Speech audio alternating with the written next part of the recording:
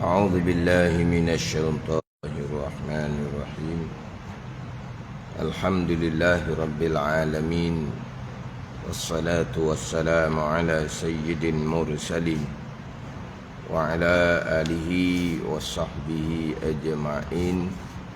رب اشرح لي صدري ويسر لي أمري واحلل عقدة من لساني يفقه قولي.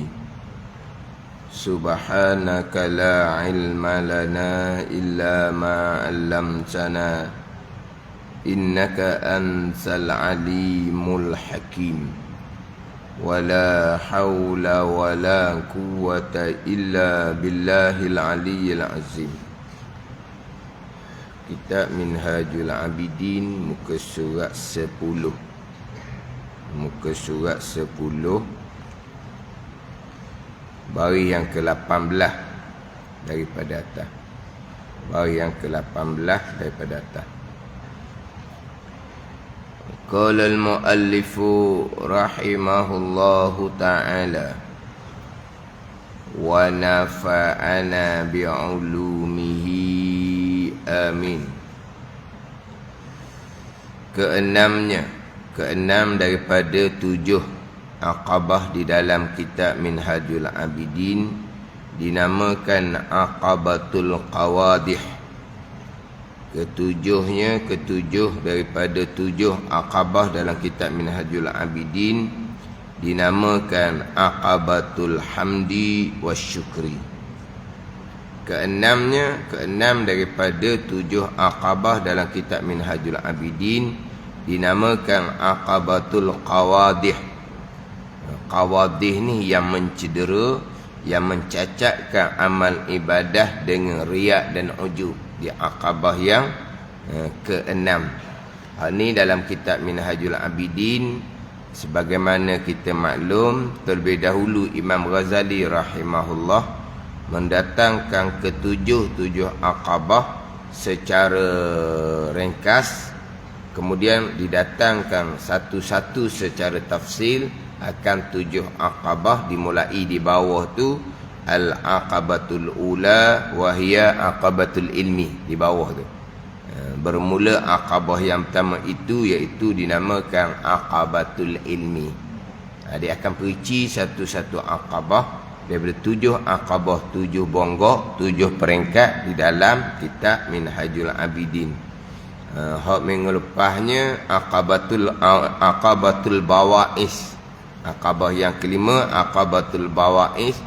Bawais ni perkara-perkara yang membangkitkan bagi mengabdikan diri akan Allah Subhanahu wa taala dengan mengerjakan suruhan zahir dan batin, mengabdikan diri akan Allah Subhanahu wa taala dengan meninggalkan maksiat zahir dan batin. Itu aqabah yang kelima, yang membangkitkan kita bagi mengabdikan diri akan Allah Subhanahu wa taala, yang dimulai dalam kitab Minhajul Abidin di muka 97 dengan apabila betul bagimu jalan. Itu permulaannya. Bila betul bagimu jalan dengan ilmu, betul jalan akidah, betul jalan hak amal zahir fiqh, betul jalan hak amal batin hati kita dengan Allah Subhanahu wa taala. Kalau jalan tak betul, jalan akidah pun tak betul, jalan hak amal zahir fiqh pun tak betul, jalan amal batin hati hubungan dengan Allah pun tak betul, waktu tidak ada ba'is, tidak ada perkara yang akan mendorong kita kepada mengerjakan amal ibadah dengan khauf dan raja. Dia jalan tak betul, tak ada khauf, tak ada takut, bukan dipanggil jara'ah, berani. Kalau jalan tidak betul, tidak ada raja, tidak ada harapan. Kalau tidak ada harapan, pada jalan tu tak betul. Mengharap juga dipanggil raja, dipanggil umniyah, angan-angan kosong yang dicela oleh Allah Subhanahu wa taala. Berangan-angan untuk dapat keampunan Allah Subhanahu wa taala, untuk dapat redha Allah Subhanahu wa taala, untuk dapat keampunan Allah. Macam mana? Jalan tak betul, jalan akidah pun tak betul, nak dapat redha Allah Subhanahu wa taala macam mana? Jalan akidah contohnya tak betul. Orang yang nak mengharap redha Allah Subhanahu wa taala ada di kalangan orang-orang yang beriman dan beramal soleh, yang mengharap redha Allah Subhanahu wa taala. Radhiyallahu anhum, surah Bayyinah tu. Telah redha oleh Allah Subhanahu wa taala daripada mereka itu allazina amanu wa amilus solihat. Orang yang beriman dan beramal soleh barulah dapat redha Allah Subhanahu wa taala. Kita mengharap redha Allah Subhanahu wa taala, kita betul-betul atas jalan orang yang beriman, betul-betul atas jalan orang yang beramal soleh. Zahirnya betul jalanan fiqh, batinnya betul jalanan tasawuf. Jadi nak betul jalan ilmu yang pertama. Hal ni dimulai dalam kitab Minhajul Abidin pada Aqabatul Bawa'is, yang mendorong kita, yang membangkit kita kepada mengabdikan diri akan Allah Subhanahu wa taala dengan khauf dan juga dengan raja. Yang mana bicara khauf dan raja dalam kitab Minhajul Abidin memang panjanglah. Sebab antara khauf dan raja kena letak jalan yang adil, jalan yang tengah antara khauf dan raja. Kalau berlebihan khauf, berlebihan takut, akan boleh bawa kepada putus asa daripada rahmat dan keampunan Allah. Kalau terlebih harap, boleh bawa kepada rasa aman, sejahtera daripada kemurkaan Allah Subhanahu wa taala. Kalau mati pejam rapat dah matinya, tak ada bimbang apa dah. Ada waktu cakap gitu. Ustaz, kalau saya ni kalau mati pejam rapat mati, tak bimbang dah. Semayang tak pernah tinggal, puasa tak pernah tinggal, zakat tak pernah tak bayar, pergi Mekah berulang kali dah. Mana kalau mati pejam rapat mati. Bunyi sedap tu. Kata hak tu hak zahir kata. Hak batin hubungan hati kita dengan Allah, riak bersih daripada hati kita, ujub bersih daripada hati kita, takabur bersih daripada hati kita. Bila sebut berhati senyap. Jawablah. Hak tu pun baik ustaz, ada apa dah hak tu bersih dah. Baru jadi. Bila sebut hak berhati senyap, tak kata apa dah. Hak sani lah, hak kata permulaannya ustaz mokcik ni kalau mati tak bimbang apa dah ustaz jangan rapat mata. Disebut semayang, puasa, zakat, haji. Bila sebut bab hati, riak, wujud, takabur, macam mana dia hati bersih. Tak bunyi hak tu bersih juga tu. Hak tu beres ustaz hati tak ada dah riak, wujud, takabur. Baru tu tak bunyi dah. Sebab apa ni? Dia harap terlampau lebih. Akhirnya rasa aman sentosa. Mana kalau mati pejam rapat mata. Ada nak letak jalan adil antara khauf dan raja. Panjang bicara kita Minhaj. Sebab khauf tu sendiri benda yang khawatir dia panggil, benda yang ittirar, benda yang di luar kekuasaan kita, untuk menimbulkan takut akan Allah Subhanahu wa taala. Maka didatangkan muqaddimah yang mendorong kita kepada khauf, takut akan Allah. Didatangkan muqaddimah di pendahuluan dia. Sebab takut ni benda yang ittirar, benda yang bukan pilihan kita. Nak buat takut tak boleh nak buat, nak buat takut tak boleh nak buat. Itu benda ittirar dia panggil, di luar daripada pilihan kita. Jadi macam mana nak menimbulkan takut? Didatangkan muqaddimah dia. Ingat dosa-dosa yang lampau yang kita lakukan. Ingat balasan Allah di hari akhirat tak tertanggung kitanya. Ingat akan kekuasaan Allah, kudrah iradah Allah. Allah akan perlakukan barang yang ia kehendak. Ni yang mendorong kita akan takut akan Allah Subhanahu wa taala. Jadi benda takut ni benda ittirar. Maka itu tak ada kewajipan. Tapi di antara sifat mahmudah adalah khauf. Macam mana takut akan Allah menjadi kewajipan? Walaha itu bukan benda yang kita boleh memilih. Maka dia datang muqaddimah. Samalah kalau kita takut kepada selain daripada Allah, pun sama juga, itu benda ittirar. Benda yang kita tidak boleh nak memilih, nak mengelak. Sebab itulah dahulu masa timbul penyakit COVID itu, ada orang ceramah takut akan COVID, syirik kepada Allah Subhanahu wa taala. Ni berat sangat ni, salah sangat-sangat. Salah sangat-sangat. Duk ceramah ni, umum ceramah ni. Sesiapa yang takut akan penyakit COVID, syirik akan Allah Subhanahu wa taala. Takut ni benda ittirar, tak ada hukum. Bukan kata syirik, berdosa pun tidak. Syirik ni hak besar sekali. Inna syirka la zulmun azim. Tu hak nombor satu lah, tu besar sekali. Berdosa pun tidak, takut kepada selain daripada Allah. Walaha, kenapa timbul COVID barulah takut akan COVID syirik? Dan sebelum ni tak takut akan makhluk. Kala, jengking, ular, tak takut. Tak takut. Apa? Melompat-lompat. Trauma jadinya.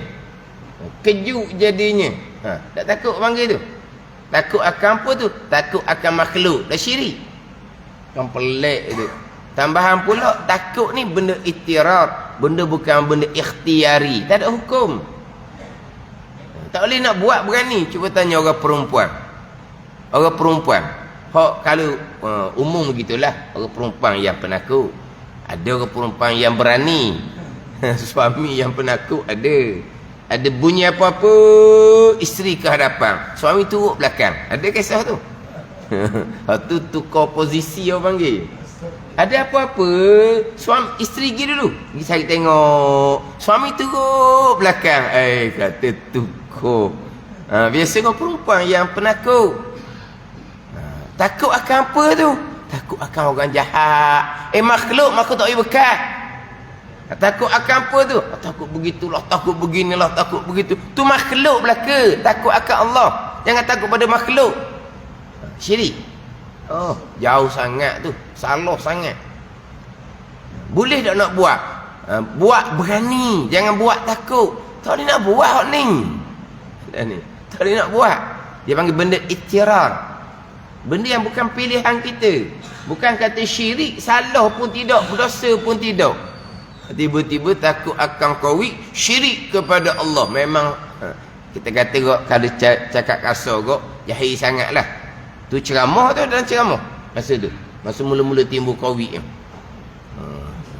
Kami hanya takut akan Allah. Kami tidak takut kepada COVID. Di mana tempat COVID ada, kami akan pergi. Hebat. Di mana ada tempat COVID, kami akan pergi. Kami tidak takut. Nak pergi tempat tempat ditimpa ujian daripada Allah yang Nabi perintah jangan pergi. Tempat ada wabak jangan keluar dan jangan pergi. Ni berani. Dia akan pergi tempat tu. Ni orang jahil belaka ni. Takut pada selain COVID, syirik. Jadi perkara khauf ni perkara ittirar. Tak nak timbul takut akan Allah, dia pergi pada muqaddimah dia. Atau panjang bicara di Aqabah yang kelima. Yang mana Mazali datangkan dengan ayat-ayat Al-Quran. Ayat yang hak taghrib, yang menggemarkan kita. Ayat yang cerita bab keampunan Allah Subhanahu wa taala. Ayat cerita bab keampunan Allah Subhanahu wa taala menimbulkan taghrib, menggemarkan kita, mensukakan kita. Kemudian Imam Ghazali datangkan ayat yang berbentuk tarhib. Tarhib ni yang menakutkan kita, yang menggerungkan kita. Yang menakutkan kita, yang menggerungkan kita. Ayat-ayat yang menceritakan bahawa seseorang yang datang kepada Allah Subhanahu wa taala dengan sangkaan dia sudah melakukan kebaikan. Wahum yahsabuna annahum yuhsinuna sun'a. Mereka sangka mereka sudah melakukan kebaikan, tapi hakikatnya tidak ada kebaikan pun pada diri mereka apabila berpegang dengan akidah yang salah. Amalan zahirnya tidak berdasarkan pada ilmu, hatinya riak, ujub dan takabur, tidak ada perbuatan baik, tetapi menyangka bahawa dia sudah melakukan kebaikan. Hak tadilah mati pejam rapat dah mata, sebab apa? Sudah melakukan kebaikan. Yang mana tidak ada, mereka tidak melakukan kebaikan, itu hanyalah sangkaan mereka sahaja. Mereka datang kepada Allah dengan melakukan amal. Tuhan menyatakan faja'alnahu haba'an mansura, maka kami menjadikan akan amal mereka itu debu yang berterbangan, tidak diterima oleh Allah Subhanahu wa ta'ala. Dia datangkan ayat-ayat yang menakutkan kita. Didatangkan ayat yang menggemarkan, targhib, didatangkan ayat yang menakutkan, tarhib. Dua ni kena seimbang. Ada ni cerita ayat-ayat yang membangkitkan harapan kita kepada Allah, dan cerita ayat yang menakutkan kita. Dia kena seimbang antara targhib dan tarhib. Targhib menimbulkan harapan, tarhib ayat-ayat yang menggerunkan akan menimbulkan takut akan Allah Subhanahu wa ta'ala. Macam mana Allah perbuat kepada hamba-Nya barang sekehendak Allah Subhanahu wa ta'ala. Barang sekehendak Allah. Ada hamba yang Allah jadikan kehidupannya dengan amal, dan Allah jadikan baginya syurga. Ada orang yang Allah jadikan tanpa amal, tapi Allah jadikan baginya syurga. Ada orang yang Allah jadikan kehidupan dengan amal, tapi Allah jadikan baginya neraka. Ada orang yang Allah jadikan tidak ada amal, dan Allah jadikan baginya neraka. Ini 4 golongan. Itu semua barang sekehendak Allah Subhanahu wa ta'ala. Allah jadikan kehidupan seseorang dengan amal, dan Allah jadikan baginya syurga di kalangan para anbiya, para solihin. Allah jadikan kehidupannya dengan iman dan amal, Allah jadikan syurga bagi mereka. Ada orang yang Allah jadikan bagi tidak ada amal, mati tanpa amal, tapi Allah jadikan baginya syurga. Contohnya dalam kitab Minhaj, tukang-tukang sihir Fir'aun tak ada amal, hanya mereka beriman, amanna bi Rabbi Harun wa Musa, kami beriman dengan Tuhan Nabi Harun dan Nabi Musa alaihi wassalam. Itu saja. Terus dibunuh oleh Fir'aun, tidak sempat beramal, tapi mereka ahli syurga, bukan di kalangan kepala-kepala syuhada. Ada tak amal mereka? Tidak ada amal.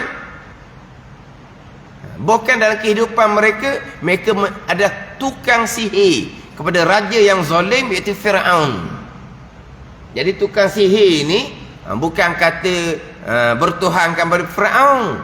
Dah raja tu zalim, orang kiri kanan pun zalim jugalah. Maknanya penuh dengan kejahatan kehidupan mereka, tak ada amal, tapi Allah jadikan bagi mereka syurga. Seseorang yang kafir mengucap 2 kalimah syahadah serta beriman kepada Allah, belum sempat buat amal 2-3 hari meninggal dunia. Ada yang seumpama tu, mengucap 2 kalimah syahadah serta beriman, tak lama meninggal dunia. Allah jadi baginya amal, tidak ada amal, baru nak belajar semayang, tu orang semayang, tak ada amal, baru nak memulai. Mati dalam keadaan beriman, syurga. Ni barang sekehendak Allah Subhanahu wa ta'ala. Ada yang Allah jadikan kehidupan dengan amal, tapi tidak ada syurga baginya, bukan neraka. Kisah Bal'am bin Ba'ura bersisa. Mereka ni di kalangan orang-orang muqarrabin, di kalangan kekasih-kekasih Allah, di kalangan awliya-awliya ilah. Allah jadikan kehidupan dengan amal, tapi Allah tak jadikan syurga. Allah jadikan neraka, bukan mati kufur, kekal neraka selama-lamanya. Yang Allah jadikan tanpa amal, dan Allah jadikan baginya neraka, orang kafir lah sampai ke mati. Di mana semua ni barang sekehendak Allah Subhanahu wa ta'ala. Didatangkan macam mana Allah perlakukan pada Azazil beribadah 80,000 tahun beribadah. Bukan 80 tahun. Kita ni hidup 80 tahun pun tolok masa budak-budak berapa tahun beribadah. Bukan tolok masa budak-budak. Masa remaja ada amal ibadah, jauh. Masa dewasa ada amal ibadah, jauh. Kemudian tua-tua baru nak buat amal ibadah. 80 tahun amal ibadah, umur 80. Azazil bukan 80 tahun, 80,000 tahun beribadah. Dan dikatakan di bumi ni tidak ada satu ruang pun melainkan tempat tersebut pernah Azazil sujud kepada Allah Subhanahu wa taala. Ni, di bumi tidak ada satu ruang pun melainkan tempat tersebut pernah disujud oleh Azazil kepada Allah Subhanahu wa taala. Tapi akhirnya tuan berlaku macam mana? Sebaliknya orang kafir 70 tahun lagi tak minat nyatakan. 70 tahun kafir mengucap dua kalimah syahadah serta beriman. Di saat pertama beriman, diampunkan dosa kesyirikan selama 70 tahun. Di saat yang pertama beriman, bukan kata kena beriman dulu sehari, diampunkan sebahagian dosa syirik 2 hari, diampunkan sebahagian dosa syirik, tidak. Di saat yang pertama beriman, Tuhan akan ampun sekalian dosa syirik selama 70 tahun. Ini barang yang Tuhan perbuat sekehendak Tuhan. Ini nyatakan dalam kitab Minhajul Abidin. Kemudian didatangkan pula macam mana ni hak berkaitan dengan kematian seseorang, barzah seseorang, mahsyar seseorang. Ada yang baik, ada yang buruk, ada yang bahagia, ada yang celaka. Ini semua menimbulkan takut dan harap kepada Allah Subhanahu wa taala. Cukup perici dalam kitab Minhajul Abidin. Maknanya kita ni kitab Minhajul Abidin kena belajar. Walaupun kita nak fokus pada asas-asas fardu ain, contohnya dalam kitab Penawar Bagi Hati. Kitab Penawar Bagi Hati itu muqaddimah, pendahuluan kita mengaji ilmu tasawuf fardu ain.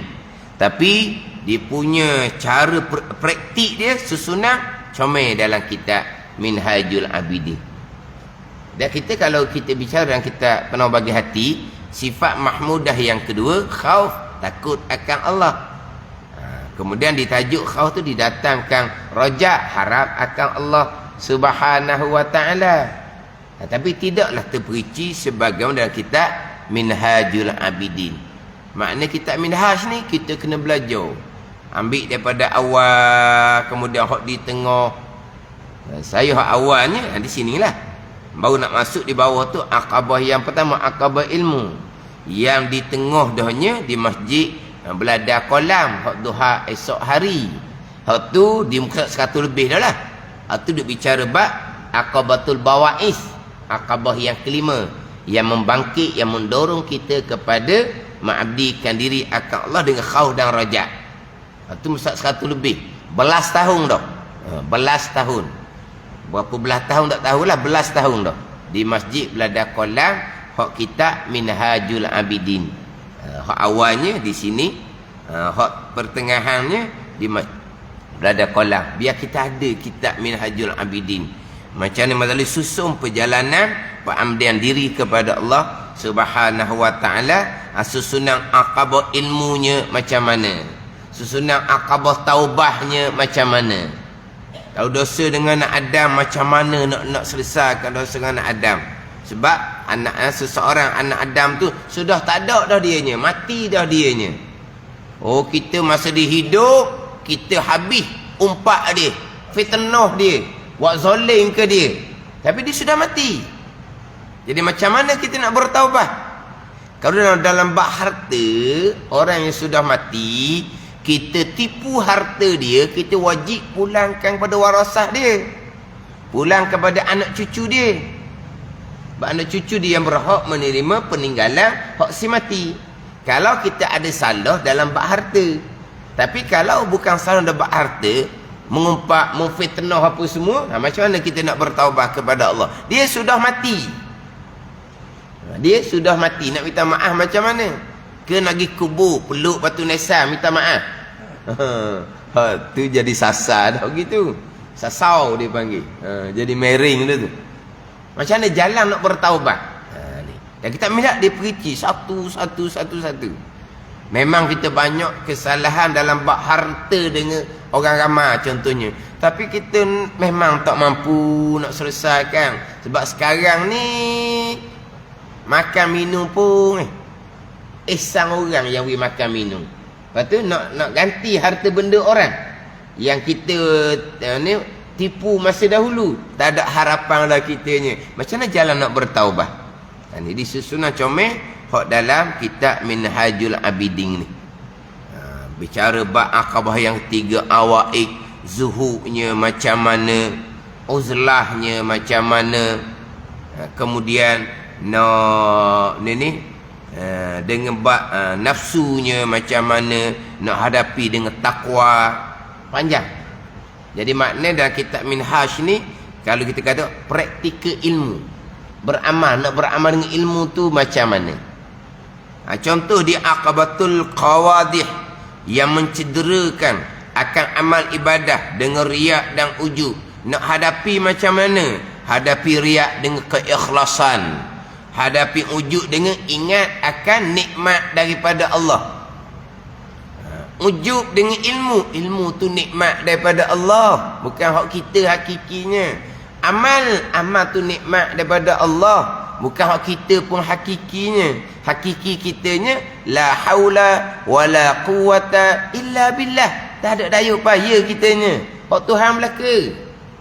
Jadi untuk menghadapi sifat ujub di hati, kena ingat akan nikmat Allah Subhanahu wa taala. Macam mana kita nak ingat akan nikmat Allah? Panjang dah kitab Minhajul Abidin.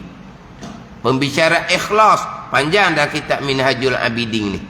Tapi kalau kita buka dalam kitab Penuh Bagi Hati, adalah bicara riak, ujub, ada bicara.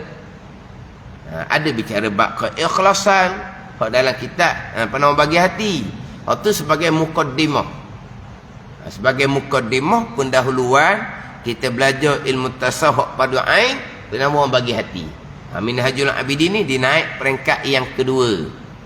Penuh Bagi Hati naik Hidayatus Salikin. Penuh Bagi Hati bersekali dengan Hidayatus Salikin, naik kepada Minhajul Abidin, naik kepada Sairus Salikin, naik kepada kitab Hikam. Ni level dia.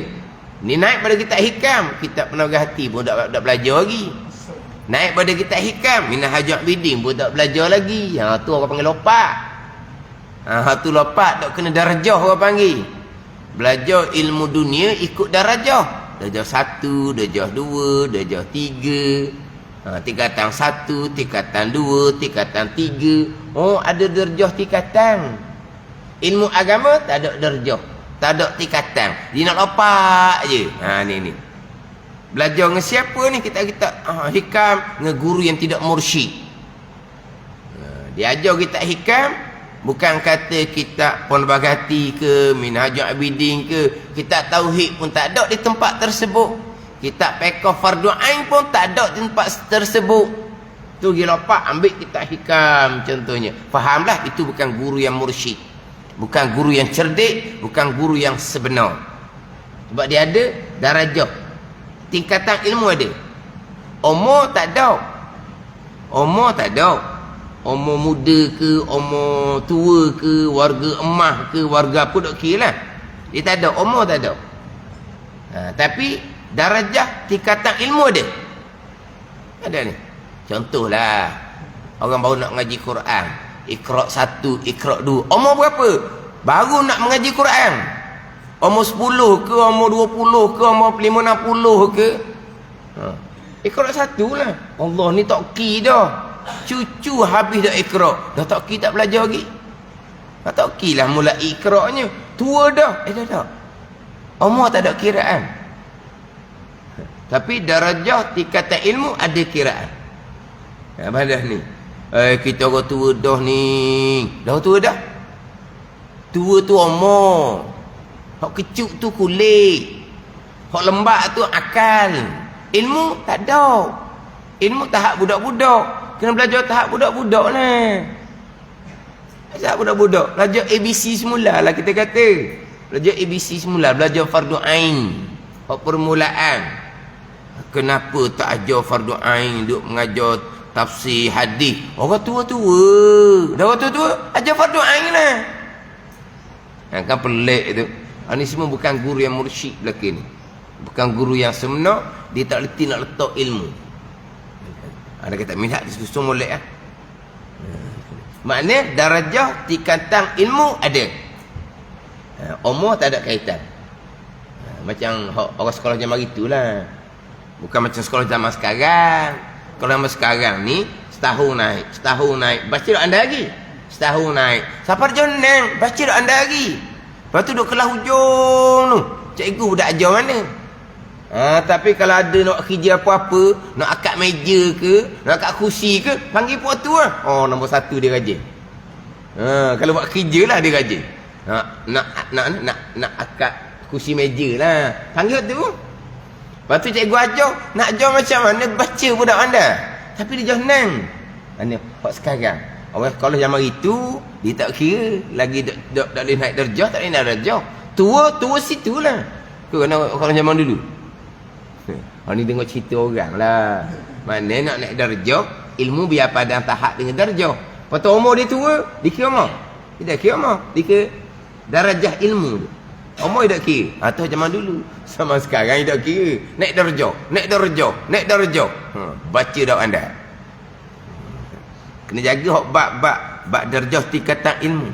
Mana kitab pernah bagi hati, Hidayatus Salikin, Minhajul Abidin, Sairus Salikin, naik pada kitab hikam. Ini dia punya darjah-darjah dia, peringkat-peringkat dia. Jadi hak kitab minhaj ni kena ada. Kita kena belajar. Tapi pernah bagi hati kena lumak molek. Kena lumak, kena puisi molek.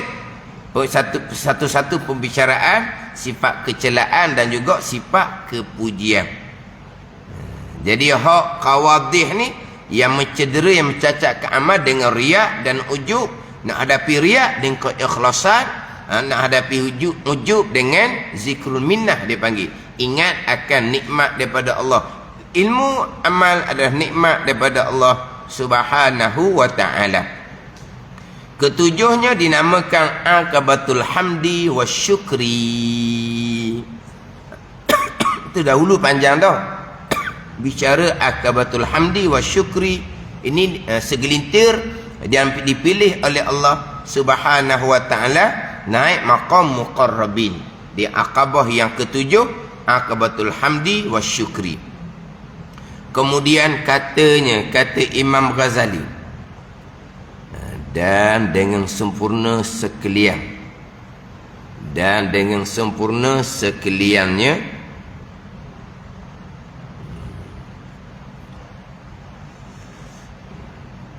benda ditulis. Saya ni capur dengan dobik tu kok tak tindih. Tamamlah tak gitu tak. Tamamlah. Kemudian kata Imam Ghazali rahimahullah, dan dengan sempurna sekalian 7 aqabah, tamamlah, mana lengkaplah kitab yang bernama Minhajul Abidin ila Jannati Rabbil Alamin. Sempurna sekalian. Apabila dibicarakan secara satu persatu, tamamlah, lengkaplah kitab yang bernama Minhajul Abidin ila Jannati Rabbil Alamin. Perjalanan pengambilan diri kepada syurga bagi Tuhan sekalian alam. Kemudian kata Imam Ghazali rahimahullah, dan kami sekarang, ini Imam Ghazali sekarang mengikut akan segala aqabat ini dengan syarah, yakni menyata akan dengan lafaz-lafaz yang sedikit lagi mengandung ia atas faedah. Dan sekarang kami mengikut akan segala aqabah ini, aqabah 7 dengan syarahan panjang huraian satu-satu aqabah, yakni menyata akan dia akan 7 aqabah ni dengan lafaz yang sedikit. Dia kata sedikit tak panjang mana, lagi mengandung ia atas faedah, atas kegunaan, faedah yang lengkap daripada tiap-tiap satu aqabah ni. akan segala yang dimaksudkan. Segala yang dimaksudkan. Segala yang dimaksudkan. Menyatakan akan segala yang dimaksudkan. Daripada kelakuan sekaliannya. Kelakuan ni apa? Jalan ibadah sekaliannya. Tiap-tiap satu akabahnya. Tiap-tiap satu akabah, dia tujuh akabah di dalam bab yang tunggal, dalam bab yang asing-asing, dalam bab yang tunggal dan bab yang asing-asing akan diperinci satu. Akabah ilmu, akabah taubah, akabatul awaik, awarik, bawais, qawadih, akabatul hamdi wa syukri secara asing-asing, insya-Allah taala. Jadi hak terdahulunya dibicara secara ringkas, kemudian barulah bicara secara syarahan, huraian satu persatu. Lengkap apa yang disusun dalam kitab Minhajul Abidin, dengan mana tiap-tiap satu akawah dalam bab yang asing-asing, insya-Allah taala. Bermula Allah Subhanahu wa taala yang memberi taufik dan benar, memberi taufik, memberi kekuatan dalam pengambilan diri kepada Allah, dan benar iaitu betul jalan pada yang dimaksudkan, pada yang dimaksudkan, pada yang ditujukan. Apa yang dimaksudkan? Pengambilan diri kepada Allah Subhanahu wa ta'ala. Bermula Allah Subhanahu wa ta'ala yang memberi taufik, yang beri kekuatan pada belajar, pada beramal. Itu semua taufik daripada Allah Subhanahu wa ta'ala. Itu semua datang daripada qada dan qadar Allah Subhanahu wa ta'ala. Allah kehendak kebaikan, seseorang akan dapat taufik pada melakukan kebaikan, belajar dan beramal. Allah kehendak kesesatan, Allah akan khizlan, Allah biarkan. Beramal, Allah biarkan tanpa beri taufik untuk belajar. Allah biarkan tanpa beri taufik pada amal yang sebenar. Allah khizlan, Allah biarkan. Allah biarkan beramal tanpa Allah beri taufik kepada ilmu. Tanpa Allah beri taufik pada ilmu. Bukan kata nak cari ilmu. Ilmu yang sudah berada di depan mata pun dia akan angkat punggung, dia akan lari. Ni hak dalam ayat ni. Wa man yurid an yudillahu yaj'al sadadayikan haraja ka'annama yas'adu fis sama'. Siapa yang Allah kehendaki bahawa Allah menyesatkan akan sesiapa, Allah kehendak disesat. Itu qada Allah Taala. Allah kehendak disesat. Nescaya Allah Taala akan jadikan dadanya sempit, tertutup, tak nampak. Belajar ilmu ni fardu ain, tak belajar berdosa. Awak tak tahu je. Belajar fardu ain tauhid tu nombor 1 tu, akidah tak betul, Tuhan tak terima amal ibadah. Tuhan nak terima, Tuhan tak mau terima atas Tuhan. Oh, sedap dia jawab. Ini orang masjid 5 waktu ni. Masjid 5 waktu. Tapi malam saya mengajar ilmu tauhid, dia kat punggung. Dia asalnya dia ada dia kat punggung. Kemudian tak lagi terus. Jadi daripada maghrib itu semain lain dah. Malam tu saja maghrib semain lain. Malam lain 5 waktu masjid yang sama. Tapi malam saya mengajar kitab Faridatul Faraid, dia akan tak mari. Mulanya dia mari. Bila cerita bab pegangan dia jadi pening. Pening kan? Perkara jahat, qada. Itu rukun iman, dia nak terima. Akhirnya kat punggung. Akhirnya malam tu tak mari. Ni pada ni. Tak nak terima. Sekalian qada. Lepas tu kita perkara jahat qada. Jahat pun qada. Boleh dinasihati, jangan gitu kita orang amal ni. Kalau pegangan salah, Tuhan tak terima amal kita. Kita buat amal je. Tuhan terima, tak terima atas Tuhan. Pada ni. Nak jangan waktu ni. Kenapa Tuhan tak buka hati? Sebab apa? Tuhan menyesatkan. Wa man yurid an yudillahu.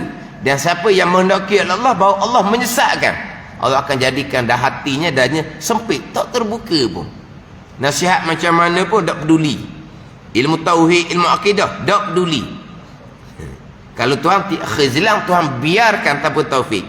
Jadi Allah Ta'ala beri taufik dan benar pada yang dimaksudkan dengan kurniaan Allah.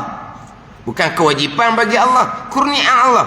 dan lutfinya, lemah lembutnya lembut Allah Subhanahu wa ta'ala. Wala haula wala quwwata illa billahil aliyyil azim. Tidak ada daya pada meninggalkan maksiat dan tidak ada upaya pada mengerjakan ketaatan illa billahil aliyyil azim, melainkan dengan pertolongan Allah Subhanahu wa ta'ala. Kata Imamul Ghazali radhiyallahu anhu wa ardah, al-aqabatul ula wa hiya aqabatul ilmi. Bermula akabah yang pertama itu iaitu dinamakan aqabatul ilmi. Hak ni secara terperinci, satu-satu bicara bagi tiap-tiap satu akabah. Hak paling panjang bicara adalah aqabatul awaik, bicara panjang di bicara bab nafsu. Dalam bab nafsu tu hampir 40 muka surat pembicaraan kitab Minhajul Abidin. Terjemahan hampir 40 muka surat. Dalam pembicaraan dalam 30 muka surat. Dalam 30 muka surat. Fahamlah 30 muka surat ni. Kitab Minhajul Abidin, satu muka surat tu banyak mana? 30 muka surat. Pembicaraan berkaitan dengan nafsu kita sendiri. Nak hadapi dengan takwa, panjang bicara bab nafsu. Tapi dimulai pembicaraan bab ilmu, kita ambil molek dan kita Minhajul Abidin, hak akabah ilmu untuk kita menyusung dalam bab ilmu kita. Bab permulaan ilmu. Tapi ilmu tak ada akabah taubah, akabah kemudian tidak ada tanpa kita melepasi akabah yang pertama, akabah ilmu. Wallahu a'lam. Bismillahirrahmanirrahim. Alhamdulillahirabbil alamin, wassalatu wassalamu ala sayyidil mursalin wa ala alihi wa sahbihi ajma'in. Allahumma iftah alaina futuhal arifin, Allahumma allimna ilma akdamin, wa fahimna famasabikin, warzuqna ruqat talibin. Allahumma zidna ilman wa alhiqna bis salihin. Wa sallallahu ala sayyidina Muhammadin wa ala alihi wa sahbihi wa sallam. Walhamdulillahi rabbil alamin.